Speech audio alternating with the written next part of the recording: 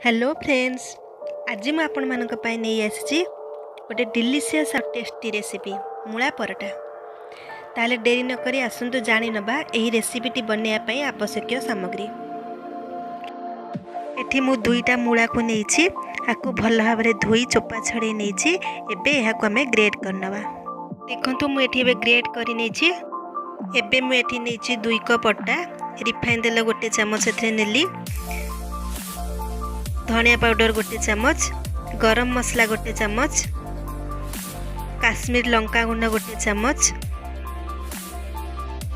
एथिरे मु गोटे चम्मच जुआनी पके देछि। जुआनी पकेले तार बास्नाटा बहुत बढ़िया आसता है, टेस्ट मध्य भल आसता है।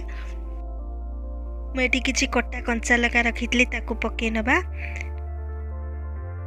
अदा पेस्ट गोटे चम्मच, आउ किछि कट्टा धनिया पत्र पकेबा।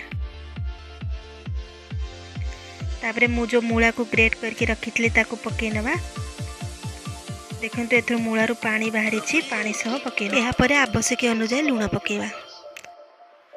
एथिरे अल्प किछि पानी नै आमे अटाटी को भल भाबरे चकटी नबा।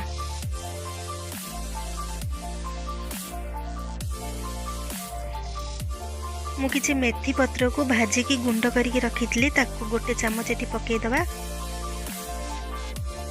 मेथी पत्र बहुत बढ़िया फ्लेवर आसी थाए। मेथी पत्र पकेकी माउ टिके चकटे नेली। एबे मोर गोटे बढ़िया सॉफ्ट डो रेडी हो जाइछि। एबे आमे याको गुला करके बेली नबा। आपण बेलिला बेले जेकोनसी शेप करके बेली पारबे। मेठी 3 कोणिया करके बेलीछि। एटा बनया पे बहुत कम समय लागि थाए। आपण सखाळे ब्रेकफास्ट रे याको करि पारबे। एबे मु तावाटी को गरम करी सेतरे गोटे चम्मच तेल नेछि आ से परोटाटी को पकेई देली। गोटे पट हेला परे मार पटटी को उल्टे देली।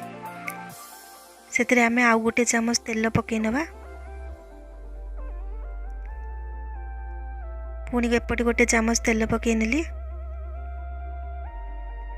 देखंतु केते सुंदर फुलीची परोटाटी।